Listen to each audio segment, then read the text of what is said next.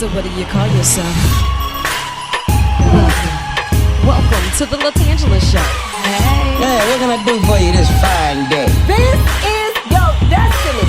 Hot, hot, hot. Right now. Welcome to the LaTangela Show. Kick it. Come on in and enjoy yourself. Right now. We gon' party like no one else. Welcome to the LaTangela Show.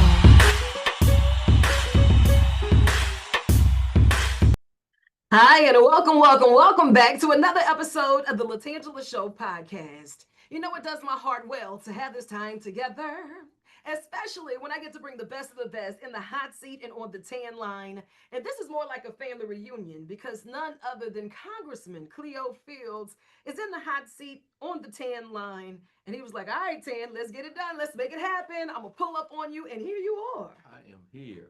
Thank you so much. Because I miss you so much. That's why I'm here. You know, I miss you too, Cleo. Has nothing to do with the government shutting down. Nothing I just about it. miss you, and I wanted to be here with you and talk to your audience because there's no better place to be than to be with LaTangela. You know what? Again, we just put that on speed dial and repeat. Thank you. Well, you know what, Cleo? I have been a part of your family for quite some time. Fresh out of high school, you granted me different opportunities, and I really got to see the world through a different lens and to be able to put in the work and to learn how things structure and to really be a cohesive piece, right? And I applaud you for the work and dedication that you've put in, not just you, but your family. And now you serve us in the capacity of congressman yet again. So tell me a little bit about what does that role actually mean on a day-to-day? Well, I mean, it means, you wake up every Monday morning, sometimes on Tuesday, like at 4 o'clock, you catch a 6:30, 7 o'clock flight out of Baton Rouge to DC, and you work until Thursday on most weeks, and then you catch a 12 o'clock flight on Thursday, fly back into New Orleans, and then you work the district the whole weekend. So that's what it, and more importantly than anything, it gives people of color an opportunity to have a representative of their choice. And, people enjoy the fact that they have the opportunity to go to the polls and vote for somebody, of their choosing. And because, I try, and I don't take that lightly. Right. And that's why I work so hard to try to, be responsible to the folk that I represent. And that's why I come home every single weekend and try to work the district and give them hope. I mean, I just think that's one of the things that people are missing all across this country is hope. And I just, try to do my best to try to give them some hope. You mentioned about representation. Representation truly matters. So tell us a little bit about your district and what does that mean? Well, I mean, I wish I could serve in Congress one day without having a fight in the Supreme Court, But hey, I live in a state where people don't believe that people who look like me, not all the people, but some people don't believe that people who look like me should be serving them in Congress. That's just the reality of it. And so, a group of non-white voters filed a lawsuit, as you know, and the Supreme Court heard the lawsuit, and they didn't rule on it. And I surmise because they couldn't get the 5 votes, and so they're going to hear the case, have a rehearing on the case on the 15th of October. Okay. And at that time, they're going to hear the case again. And then they're going to make a decision. What's really interesting about that, LaTangela, is the Attorney General, Liz Morrow, at that time was defending the state law because she's bound to do that. And now she's taken just a total different position. She said, no, I'm not going to defend the case now. I'm going to take the side of the people, the non-black plaintiffs who filed the lawsuit in the first place, which is unconscionable to say the least.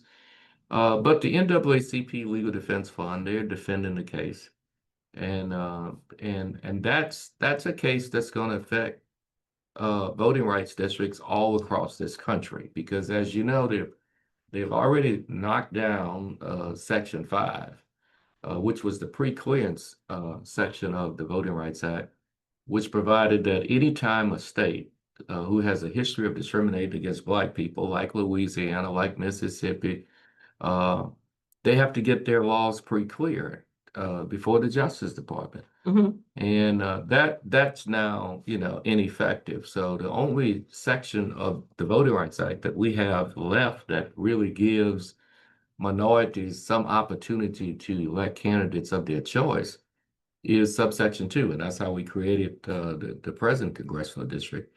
And while other states in this nation, they elect, African American congresspersons from non-minority districts. Louisiana, Mississippi, we have never elected a Black member to the U.S. Congress from a non-African American district in the history of this country, history of this state. Wow. But we have, Blacks have elected a non-Black member to Congress from a majority Black district. And that's just the reality of it. If you tell me I need to jump higher, I have to, I work hard and I do that. I could perhaps do that. Tell me I need to run faster, I could, I can work out. I saw you out Perhaps I there can running do some that. laps. So that's what you were doing. Yeah, trying to get, but if you tell me I got to be white to be your congressperson, it's nothing I can do about that. I need a little help from my government. And thus, that's why the Voting Rights Act came into existence from from the very beginning. Okay, so let's just say that now we're working on being a part of the conversation, actually being there as a face of those who felt underrepresented for so long. What comes across your desk? What matters do you handle as a congressman? Well, a lot of issues. First of all, there are members, people who live in the 6th district, as it was when I represented the 4th district 32 years ago, who had never seen their member of Congress in person. Just never seen them. There are people who show up at our town hall meetings who are just happy that they have a member of Congress who would just come and discuss issues that they are affected by every day. The other thing is, a lot of people, their member of Congress is their voice, because if you have you have a complaint with Social Security, for example, and you try to get somebody on the phone, it takes you forever. That's why they have members of Congress, and I tell people at my town hall meetings all the time, use us. And something different happened when the Congress office call. The phone gets answered, and results are had. Now, they're not always the results that the constituent wanted, but they get a result. They get results. And that's I'm happy to be able to connect people to Congress, to Washington, because that's my job. And see, that's why I'm asking you that, because I feel too often, we give passes. We're familiar with people yard signs with their logos, but we're not familiar with them and their works. And how is it that we can say they really worked for that vote that we entrusted them with? So if we have an area of frustration, we need to know how to redirect that energy to get proper results and not just keep spinning our wheels, because eventually it's going to fall on somebody. And we just need to open a line of communication. Yeah, like every member of my staff, particularly those in Washington, D.C., they're from Louisiana. Okay. So they understand the lay of the land. Because look, I'm one of these members of Congress who don't hire people outside of my state. Because I want, when somebody calls my office in Washington, D.C., and they say, I'm from Opelousas, I want somebody on the other end of the line who can pronounce Opelousas, that helps. and Karen Crow and know where it is. So that I did that 32 years ago when I was there. That really helps. I think people being from the state really helps the people who are on the other end of that line when they start talking about their local issues. And the other thing is, I put, I let the folk who work with me, look, we're here to serve. And we're here to serve. That we're only here to serve, and the people we serve are the people who put us here, and don't take that lightly. That we wake up every morning with the attitude of, we got to solve some problems, Yeah. Yeah. and I think I've held a record number, for example, of town hall meetings. Not in Louisiana, in the country. Oh, get over here. I mean, because I believe in connecting Congress to the people, Right. and You mean to tell me that's not like a requirement for congressmen, congresswomen to actually have to have different town hall meetings and set these appointments and get these questions answered? well, I mean, it's not a requirement because many members don't do it. I mean, but I do because Yeah. it's a requirement for my office because I want to be connected to the people that I represent. And I'm not afraid to take the heat either. When I show up I don't do these, and I may do one or two, but I don't do these phone town hall meetings. And I don't want to throw any cold water on it because many members of Congress are getting, they're doing that for, security reasons and other reasons. Uh, but I like to see people. I like to look them in the eye and I like to hear them. And look, uh, it's not always, uh, they're not always nice to me. I mean, because people, End up frustration. yeah, people, you talking to a person who's a veteran who hasn't, been, hadn't even gotten a call back, been trying to get through. It's disrespectful. Person is upset, Right. and I have to take that, and not get angry, take it as an opportunity to get better. Get that person connected to Veterans Affairs. Right. And I think government works better when those people who are in government to represent people actually connect with the people that they represent. And that vote in Washington is the people's vote, and the best way I can, I'm gonna make people mad when I make a vote because I One way or can't the make other. everybody happy on every single vote. But the best way to do it is find out what the people want. And then when you cast that vote, you at least have some sense of how the people feel in your district. And that's what I try to do. Well, Cleo, you have been a trailblazer. You're not new to this. It's a calling that has been on your life, and you've consistently answered that call in different factors. And while you're doing this, you mentioned 32 years ago. What has been the biggest change within the public service realm for you that you've seen? Well, I mean, things are much more partisan now. Let's talk about this shutdown, for Right? example. I mean, it's just so much more partisan. When I was in the House 32 years ago, Tom Foley was Speaker of the House, and we would have Democratic caucus meetings like they do today. And Speaker Foley would, at the end of the meeting, rush out to members of the Democratic Party. Hey, well, why you always rushing? He would say, look, I got to go and meet with the Republicans, Uh-huh. And some would say, well, why are you spending so much time with the Republicans? He said, because they got as much of a right to be in this place as you do. I'm just the speaker. I really want to make sure I'm inclusive. That was leadership in my view. Right. Now that doesn't happen, on either side of the aisle. I mean, it's much, much, much more partisan. Do you think that holds us back a lot, especially when we're both sides, if they're always so angry and no one is willing to include others or to listen to gain a level of I understanding? think so, because I think people need to get to know each other, first of all, outside of the chamber. That doesn't happen. Get to know each other, get to know their families, because there's a different debate that takes place on the floor of the House when members know each other. That doesn't mean you compromise any of your views. You debate and but when I use the incident that happened to me. When I was fighting 32 years ago for the free lunch program. And I would talk to Republicans and told and had a chance to tell them about my story. Very large family, people in Baton Rouge and Louisiana know it, but Right. they didn't know it. Didn't relate mom, to it. yeah, mom and dad had 10 children, and free lunch program was a program that I benefited from, and so when you start having those kind of conversations, people they tender their positions a little, but I was telling you about the shutdown today. You know, the president of the United States of America had a meeting scheduled with the Democratic leadership. It was scheduled for Thursday of last week.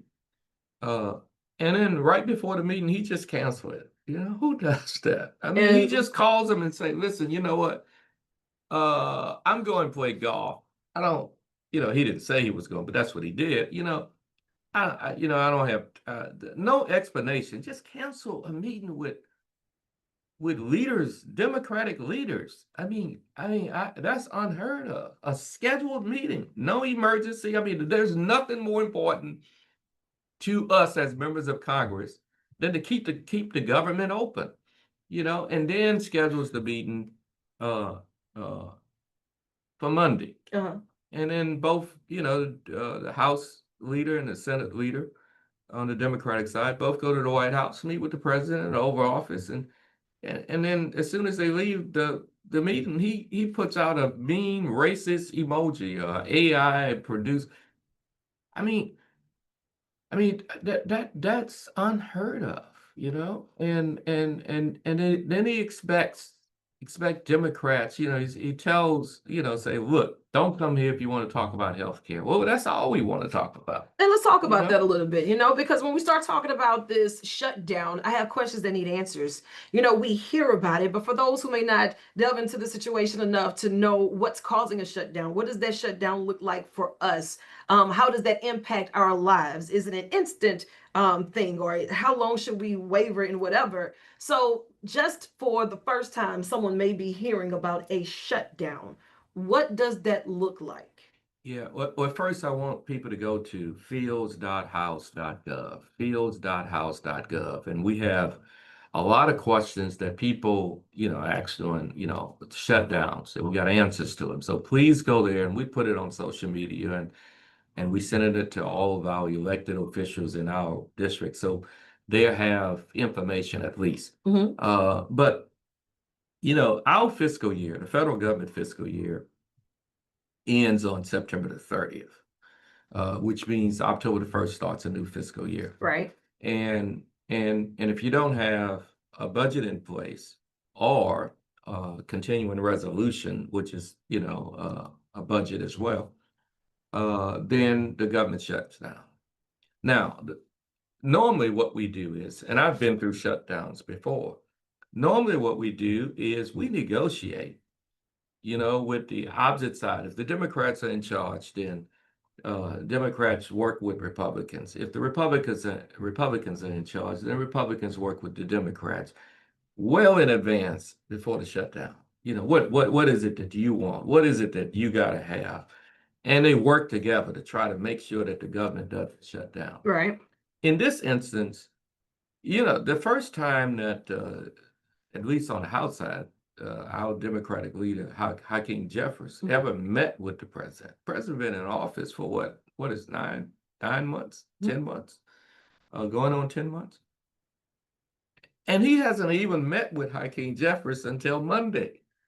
Now we knew that this day was coming. We knew that, September 30th was coming. I mean, And what was the conversation leading up to that? The factors that were in place that would make October 1st look so different, knowing that September 30th was coming. What was a main factor on both sides that you feel could have been compromised to make it a little less stringent? You can't compromise if you don't talk.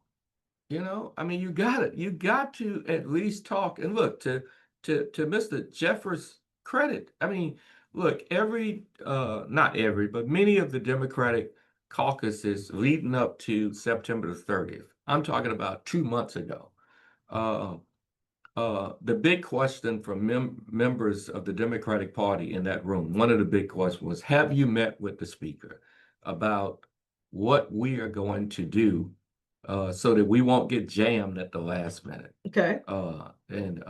It's always, no, not yet. I have, made calls to talk about this. Have you talked to the president?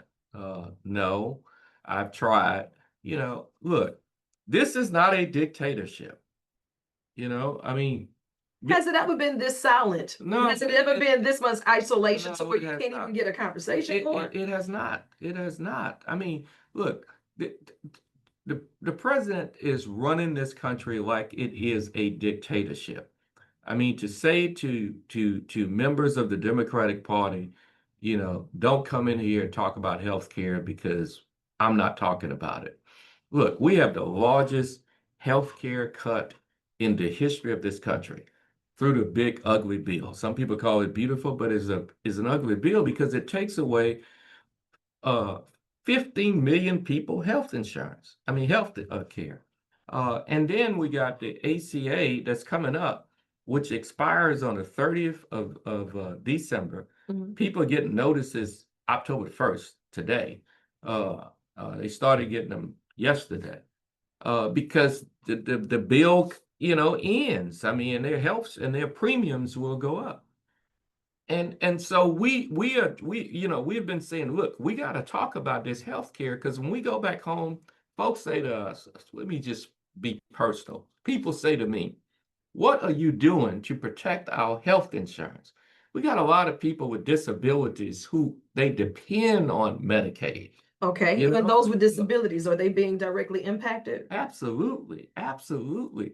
And they catch the big ugly bill where they won't have a direct impact on citizens until after the midterm elections. Uh, but the impact is happening now because we've advocated, we've told people, listen, here's what's in this big ugly bill. And so hospitals, particularly rural hospitals, are closing in America right now. Uh, there is nothing more important, it's not too many things more important than us securing the health care of the millions of people who need it in this country. The ACA extension that deals with people who are I mean, people who make less than $60,000 or less uh, in this country. And if we can't fight for people's health care, then why are we here? And you say in the rural areas, a lot of the hospitals are closing right now. So the funding, this has been in the works for a while. They check the performance rates of it to see that it's a necessity. And you mean to tell me that all of that can just vanish because of a bill or because of a shutdown? What were the conversations leading up to that to make different preparations? Because we understand that people need these services. Yeah, I mean, but that's the point, LaTangela. There has not been any conversation. For example, I give you, if the and I hate to keep saying Republican Democrats, but that's the reality of it. If the Republicans were serious about keeping the government open, I just left Washington. I got in last night. Yeah. We were scheduled to vote on Monday and Tuesday. Why were we scheduled to vote? Because those were the final days to keep the government open. The Speaker of the House canceled votes. He told Republicans, "Don't come here. Look, stay on your vacation. Don't worry about coming to Washington." Is that somebody who's serious about keeping the government open? We were there. Democrats were in the chamber Monday. They were there Tuesday, and many of them, like me, just left on yesterday. Yeah. Yeah. Look, you can't just talk, sell people, these, lack of a better word, lies about what's going on in Washington. The president would want people to think that the only thing Democrats care about is health care for people, undocumented citizens. So would you And agree that is that not the there case. are a lot of blanketed statements to make people feel as if I know enough not to research on my own? Because you'll see that, especially in our community, if we hear certain things enough, we don't even think to go look for any other questions. We don't even think to look for any other answers or any other perspectives. So do you think that is just too many blanketed statements that leaves others confused? Well, I mean, I obviously from the White House, there are a whole bunch. President just says what he wants to say whenever whatever he thinks, he just says it, whether it's true or not. And we've been working against that. Democrats all over the country, because people are they're of the mindset, they've been of the mindset in the past at least, that when their president say something, you know, then that's the gospel for the most part because the president said it. And but now you have an unhinged president. He says things that he wants people to think is true, not that is true. And that's been a challenge for Democrats to fight against. Like the other day, he said the only thing Democrats are fighting for, is these undocumented workers to get health care. That is not what we're fighting for. In fact, it's illegal today. Undocumented, immigrants can't get health insurance because it's illegal. They passed a law against that. Mhm. But that's his attitude, to bring about a bunch of confusion and then get people to talk about things that are not true. And then, and then he say, well, look, I'm gonna close the government. We've closed the government, so I'm gonna cut out all of these democratic programs. What is a democratic program? Who really says that? And you mentioned earlier that, if we weren't to reference, because you didn't want to reference this way, Republican or Democrat, if we took those out and we stood on right is right, wrong is wrong, or whatever moral compass for these decisions that need to be made, do you think that then they would be able to see things differently, or at least be able to broker a conversation that would then lend a listening ear? Yeah, If but they look, remove the parties and just went yeah, with the issue at no, hand. no question about it. But that's not the way it works up there in Washington, D.C. Or in the world, Unfortunately, period. It's not. at the end of the day, who's in charge of the House of Representatives? Republicans. Who's in charge of the U.S. Senate? Republicans. Who's in charge of the White House? Republicans. Who's in charge of all three houses? Republicans. And listen, it was their decision to shut this government down, because if they were serious about keeping it open, they would have negotiated. That's what people do in Washington. When they have differences, they sit around the table, they talk them out, talk them through, and then they come up with some type of compromise. This president, his attitude is it's going to be my way or the highway. And he has no intentions of talking to, negotiating with Democrats. And look, he's in a position where that's the way it works. We've been in a shutdown before, you say. How long do you think this wave will last? What should Well, we hopefully anticipate? it'll be over with. Hopefully it'll be what earliest it could be over with is tomorrow because the Senate meets. The Senate is out until tomorrow. They meet again tomorrow. Look, no one wants to shut down. Hopefully tomorrow. But that's going to take the president and the leadership in the House and the Senate sitting down and reaching an agreement as to how we protect people's health care in this country. And that's easy. They can start, but it's not going to happen tomorrow if they're not meeting today. I'm about to say, you say it's easy. Well, here we are in the shutdown, so no, it's not. Now, how long will this take? Yeah. As long as I can speak for one member of Congress. Yeah. And that's me. I'm not voting for any budget that doesn't protect the health care of people of this country. I'm talking about American citizens. I'm just not doing it because I have looked into the eyes of parents at town hall meetings I've had who have kids with disabilities, who have said to me, please, please, please, don't take away my Medicaid.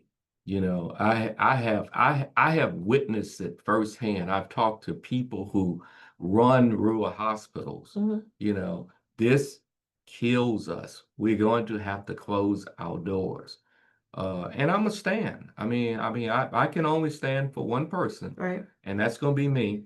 And I would hope that the president and the speaker and the majority leader of the Senate understand that we're serious. We're very serious about this. This is not a game. And we understand that Louisiana, we have our own set of unique challenges. And whenever we're working together, we're better at it. But it's going to be a lot of moving pieces. And I always want you to think of this as an extension of your office. So whenever it is that you need a platform to spread the message, we are a team. And it's important that we normalize the conversation, we educate others and ourselves, and really be a part of the process. Because it's not a magic wand that you or anyone else will walk in there with, but it is a collective effort. So Absolutely. thank you for your dedication, and thank you for including us in the conversation, and for those town hall meetings and next pull up, wherever it is. You can find Cleo at a tailgate and he'll answer questions. He's that guy. But make sure that you're logging on to fields.house.gov. Hopefully this shutdown won't last long at all. You'll be back at it. What is that one thing that we can do to assist you to make Louisiana better? Yeah, I think people should, first of all, every single person who's 18 and older should register to vote, and they should participate in the process. Uh, Pay attention to what's taking place, and don't take my word for it. Don't take the president's word for it. Do your research, and see what's really happening in Washington, D.C. And then then govern yourself accordingly. Uh, Call your members of the Senate. I mean, call them and talk. Look, they work for you. They This is work for true. you. We work for you. Call you a member of the House of Representatives, whomever your congressperson is, and talk to them. Have a real dialogue. And when they tell you, well, I can't get on his schedule, members make their own schedule. Let's be Okay, clear about that. that's You can get on the schedule if he or she allows you to be on the schedule. But this is a moment where every person need to be engaged, with their, elected officials, particularly their members of Congress. right. And now is the time to speak. Now is the time to talk. And let them know how you feel, Find out how they feel, Yeah. See what they and stand for, where we're going. that would be my advice. Thank you so much. Thank I you. know you got more work to do. So I'm gonna let you chase the sun or let the sun chase you. But either way, get after it. I love you, and there's absolutely nothing you can do about it. I love you too, and there's nothing you can do about it. So we just loving up on each other. That's it. That's what the world needs more of Boy, anyway. a lot more. Thank you, Matan.